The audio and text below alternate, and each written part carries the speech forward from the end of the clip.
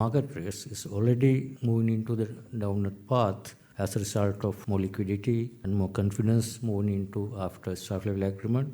Now what we can expect going forward is that the interest rate structure will be back to normal with benchmark rates moving closer to policy rates and others will move in line with risk premiums attached to each lending and deposit rates. We would hope that will happen soon. That will give more benefits to the economy and more credit to the economy. So we do not hesitate to have some administrative measures and targets to move that path in line with the normal interest rate structure.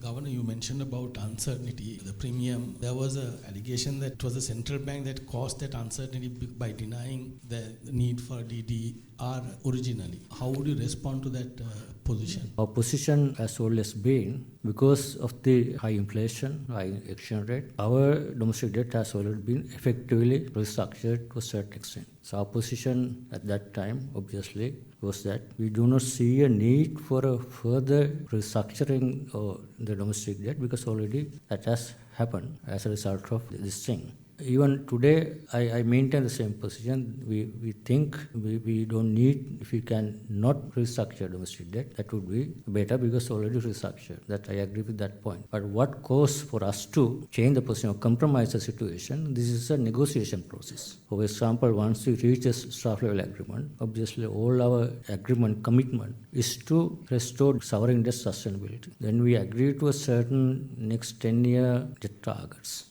Then when we ask our external creditors to make a contribution, and on that basis, based on the debt targets, debt service, external debt, and debt to GDP, and gross financing needs. So we have asked the external creditors to make a significant contribution for us to bring down our debt sustainability from the creditors that they have lent us. When they make that, when we make that request in the negotiation, obviously, the next question coming is that for them to give that relief or concession, they think that what we have done already in terms of one is a fiscal primary surplus 2.3% plus some adjustment in terms of as a result of inflation and exchange rate is not sufficient. They would like to see some more little contribution compared to what they are going to give us. So this is a process of negotiations. We are also involved in the negotiations with Minister of Finance. We are able to come to the most possible and best deal that one can achieve and come to compromise and come to a situation where we can move forward. Once we have done that part, you can see clearly the benefits of this thing. And also going forward, I can see it's a very positive movement. All markets responded positively. And there are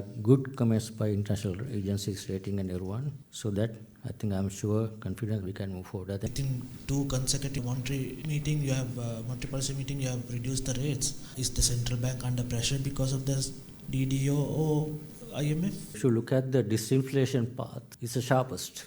When you can see this kind of inflation falling sharply, I don't think anyone can justify the policy rates maintaining. I mean, under normal circumstances, if inflation is 5%, policy rates can be 7.5, 8, 9 level maximum. But still, inflation is 12 last month. It will be 7% end of this month. It will be low single digit going forward.